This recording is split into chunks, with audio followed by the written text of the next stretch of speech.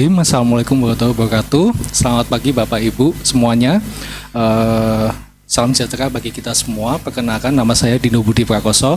Saya dari Riset Group IoT Plus yang hari ini akan menjadi moderator dalam kegiatan FMF ke-38. FMF series 38 ini akan dipaparkan oleh Bapak Muhammad Irfan Maulana dari Riset Group ICT MPR dengan judul penelitiannya Carbon Footprint and Mobile Network Development. Baik, selanjutnya kita akan menyaksikan dan mendengarkan paparan dari Bapak Irfan Maulana. Kepada Bapak Irfan Maulana, kami persilakan.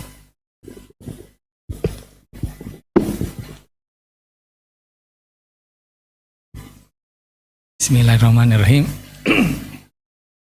Assalamualaikum warahmatullahi wabarakatuh. Selamat pagi rekan-rekan semua, selamat datang pada acara Friday Morning Forum yang diselenggarakan oleh Departemen Teknik Elektro. Pada pagi hari ini saya berterima kasih diberi kesempatan untuk mengisi sharing session ini pada seri FMF yang ke-38. Baik, pada kesempatan ini saya akan menyampaikan apa yang menjadi riset kami di grup kami.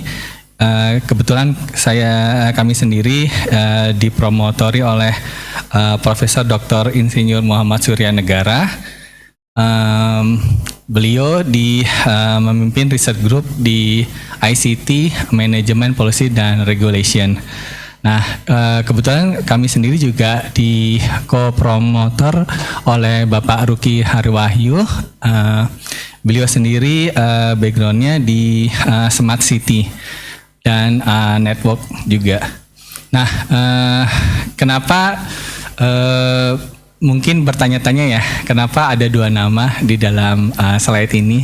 Ya, saya juga memperkenalkan rekan kami, namanya Alhaura Etsa Batrisya.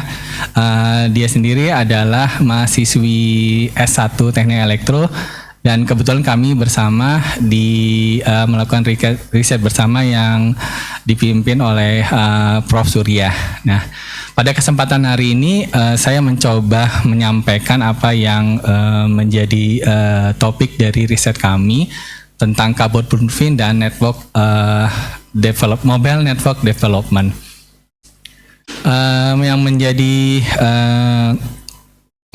agenda pada hari ini, saya mencoba menyampaikan apa itu carbon footprint sendiri, kemudian bagaimana dengan metode life assessment, kemudian bagaimana kita merancang network, dan hubungannya apa dengan carbon footprint itu sendiri.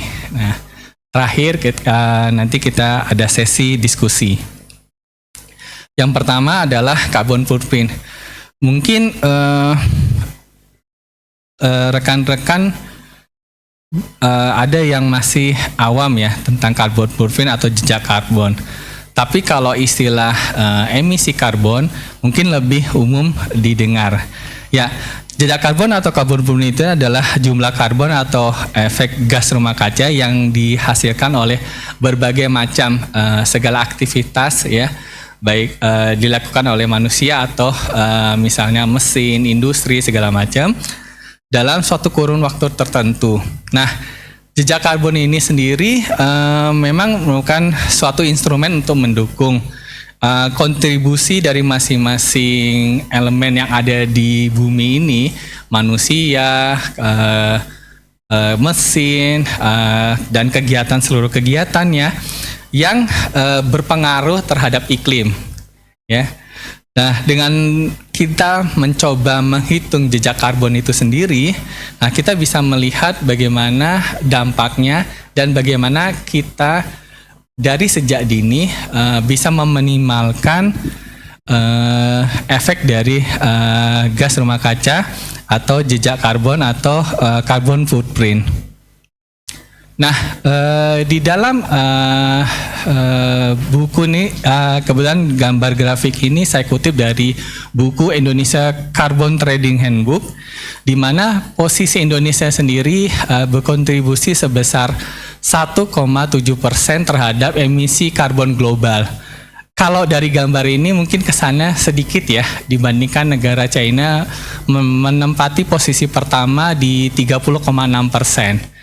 Namun sekecil apapun ini juga bukan berarti tidak menjadi perhatian kita dalam rangka menekan jejak karbon yang ada di bumi kita ini, di mana kita tinggal.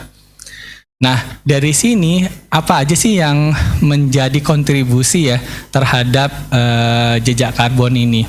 Ternyata yang pertama adalah sekitar 734 juta ton emisi CO2 itu berasal dari penggunaan lahan dan hutan dengan masifnya deforestasi. Deforestasi yaitu dengan pembukaan lahan untuk kegiatan-kegiatan manusia, contohnya untuk perkebunan kelapa sawit, dengan rata-rata sekitar 490.000 hektar hutan hilang setiap tahunnya. Nah, jadi kenapa ini yang mengurangi? Karena kita tahu ketika hutan penghasil O2 berkurang, itu justru menghilangkan produksi O2 sehingga bisa menaikkan CO2. Itu mengapa peringkat pertama penghasil CO2 itu adalah perubahan penggunaan hutan. Kemudian ada juga pertanian, listrik, transportasi, limbah, manufaktur, dan seterusnya. Berikutnya, lalu bagaimana posisi carbon footprint itu sendiri di dalam ICT network, atau dalam hal ini kami akan mencoba melihat dari sisi mobile network.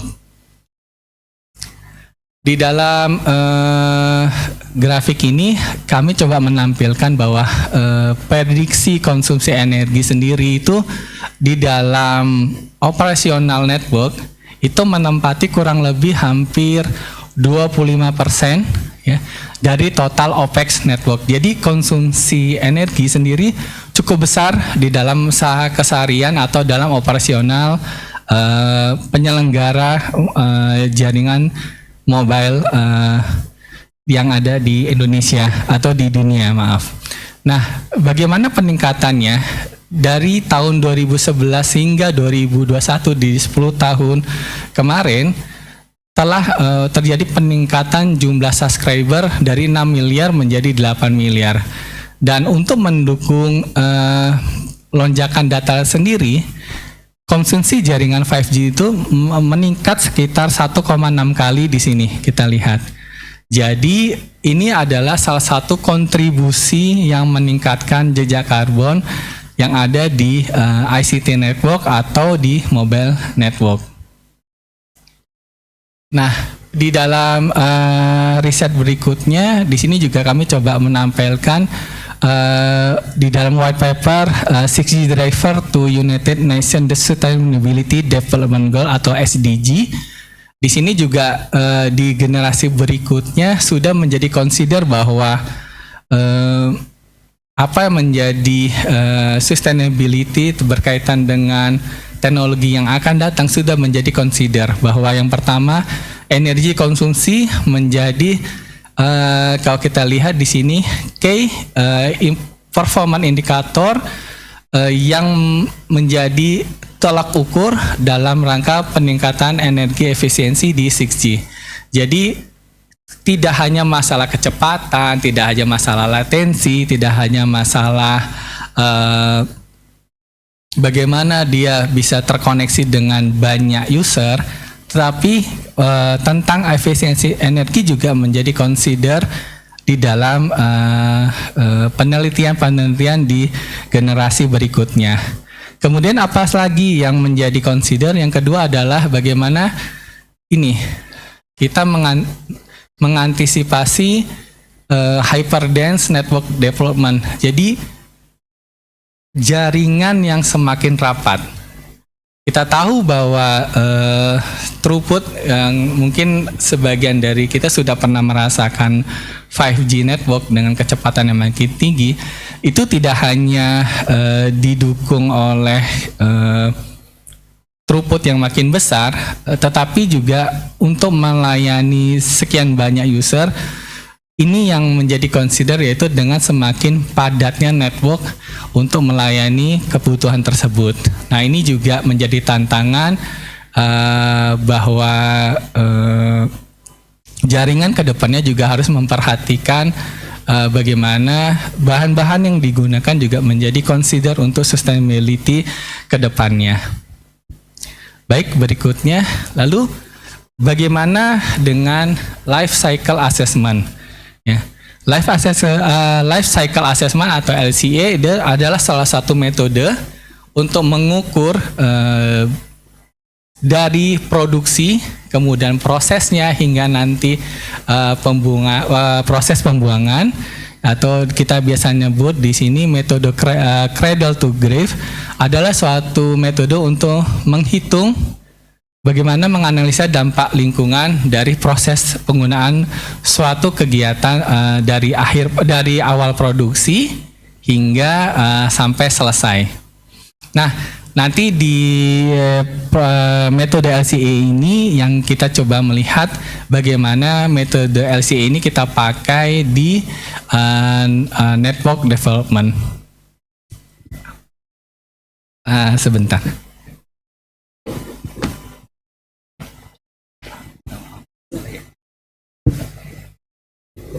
Baik, mohon maaf, kami coba lanjutkan.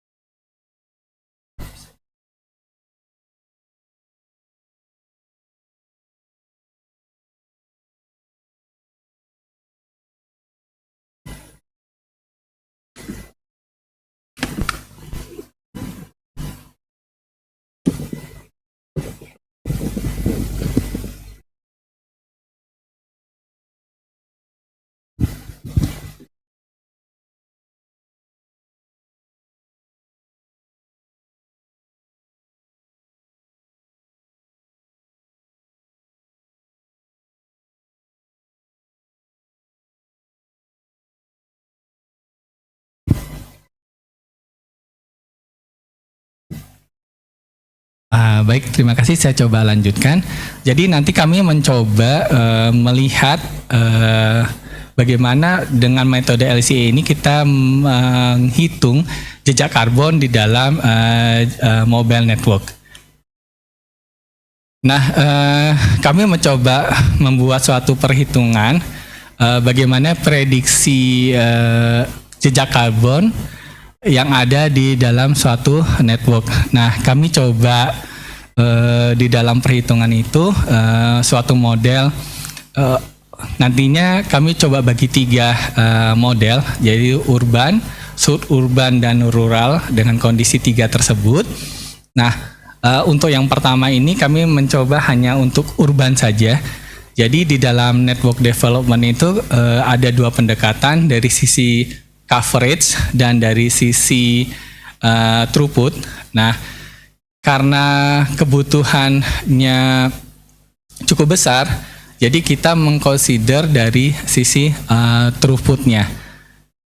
Nah, di sini kita ada beberapa proses, yaitu dengan menghitung jumlah subscribernya, kemudian menghitung total kapasitinya, kemudian menghitung total throughputnya, sampai menghitung jumlah site-nya. Nah, nanti kita lihat bagaimana kita bisa dapat menghitung jumlah site ini berdasarkan perhitungan throughput dari BTS tersebut. Kemudian yang tengah adalah bagaimana nanti kita proses menghitung karbonnya itu sendiri, yaitu dengan menghitung data material apa saja yang berkontribusi, kemudian menghitung standar LCA-nya, kemudian melihat data sheet modelnya, dan terakhir bagaimana nanti kita melihat dampaknya. Nah, sebenarnya output dari riset ini adalah nanti kita bagaimana membuat model jaringan dengan nilai karbon footprint yang sangat optimal atau bisa kita minimalkan. Di dalam perhitungan ini kami mencoba menampilkan perhitungan di mana komparasi antara jumlah karbon yang tinggi dan bagaimana kita memodifikasi sehingga kita bisa menurunkan jumlah karbonnya itu tersebut. Yang pertama ini untuk menghitung secara hitungan yang throughputnya, kita coba melihat perbandingan antara bandwidth 20 mega dengan bandwidth 100 mega, di mana di sini kita bisa menghasilkan throughput yang lebih tinggi pada bandwidth yang lebih besar. Ini hitungan secara teoretikal. Nah, banyak faktor sebenarnya, tidak hanya bandwidth di dalam kontribusi hitungan tersebut, ada modulasi, kemudian ada juga nanti di sini adalah jumlah layer atau nanti dari sisi antenanya. Baik itu nanti MIMO-nya sampai yang MIMO yang lebih tinggi. Nah, dari sini kita lihat kemudian yang sebelah kanan adalah perkiraan jumlah user per masing-masing jika berdasarkan throughput ini. Jadi kalau kita lihat dengan throughput yang lebih besar, maka jumlah user per site yang bisa dilayani adalah sebagai berikut yang ada di sebelah kanan. Nah, dari sini kami coba melihat nanti bagaimana kontribusi carbon footprint-nya. Ya, berikutnya adalah jumlah site jika berdasarkan coverage. Nah, kalau rekan-rekan lihat di sini ternyata jumlah site-nya lebih sedikit ya kalau kita berdasarkan coverage.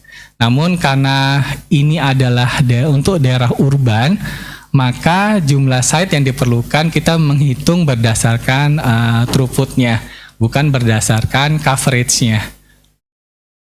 Nah, sedangkan berdasarkan coverage, ini adalah perkiraan jumlah site yang diperlukan dengan berbagai macam kondisi ini. Jadi kalau misalnya kita kembali ke jumlah site, jumlah throughput-nya, maka jika throughputnya sedikit, maka jumlah site-nya yang diperlukan lebih banyak. Jika dibandingkan throughput yang besar, ini kebalikannya, kita menghasilkan jumlah site yang lebih sedikit. Kira-kira seperti itu kontribusinya. Dari sini kita coba menghitung nanti jejak karbonnya, bagaimana nanti jejak karbon yang dihasilkan dari site tersebut. Nah, ini adalah kira-kira rincian apa saja yang menjadi kontribusi dari jejak karbon tersebut. Jadi kita highlight yang cukup besar. Ini adalah tower.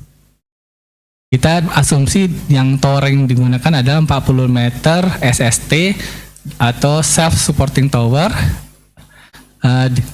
Dengan kontribusi yang paling besar. Yang kedua adalah yang kontribusi yang besar juga adalah mobile device atau smartphone. Jadi handphone kita yang kita pakai itu juga menjadi kontributor untuk menghasilkan jejak karbon.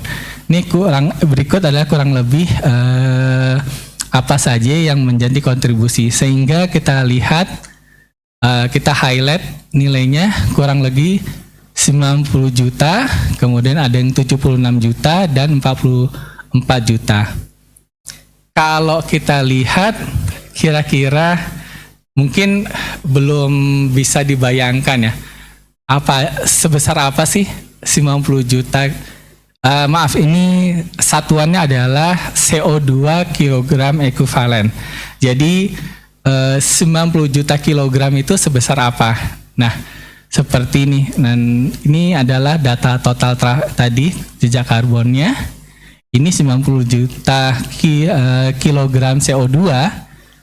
Yang ini adalah 20 juta kilogram CO2. Ini adalah perbandingannya dari masing-masing desain yang kita coba tadi buat. Lalu bagaimana perbandingan antara 90 juta dengan 20 juta? Yang pertama adalah kurang lebih seperti ini. Jadi 90 juta kilogram itu setara kurang lebih dengan jumlah kendaraan 1.810 kendaraan yang beroperasi selama 20 tahun. Kira-kira kurang lebih sepadanannya seperti itu. Lalu bagaimana dengan 20 juta? Ini. 553 kendaraan. Jadi mungkin ini sebagai gambaran bagi rekan-rekan semua, jejak karbon yang dihasilkan tersebut apabila kita bisa mendesain lebih efektif atau lebih efisien dalam jaringan, sehingga jejak karbon dihasilkan pun bisa kita minimalkan. Kurang lebih seperti itu apa yang kami lakukan. Baik, terima kasih. Sebagai penutup, lalu bagaimana yang akan kita lakukan di sini? Di dalam report dari Boston Consulting Group menyebutkan bahwa saat ini saya ICT ICT sektor bertanggung jawab terhadap 3,4 dari global CO2 emission. Namun dengan pertumbuhan per tahunnya sebesar 60%, itu bisa bertanggung jawab hingga 14% global CO2 emission ini di 2040. Nah, kita makanya perlu ada langkah yang nyata untuk menurunkan jejak karbon tersebut. Salah satunya nanti kita bagaimana mendesain network yang lebih efektif, lebih efisien, sehingga karbon yang dihasilkan pun lebih minimal lagi. Demikian presentasi dari saya, semoga memberikan manfaat bagi rekan-rekan semua. Saya kembalikan ke moderator. Ya, terima kasih Pak Irfan. Mungkin kita beri aplaus dulu kepada Pak Irfan Maulana yang telah menjelaskan tentang carbon footprint di dalam dunia jaringan. Penyampaiannya pada pagi hari ini. Terima kasih juga kepada Bapak Ibu sudah menyempatkan hadir pada pertemuan FMF ke-38 ini. Terima kasih atas perhatiannya. Wassalamualaikum warahmatullahi wabarakatuh.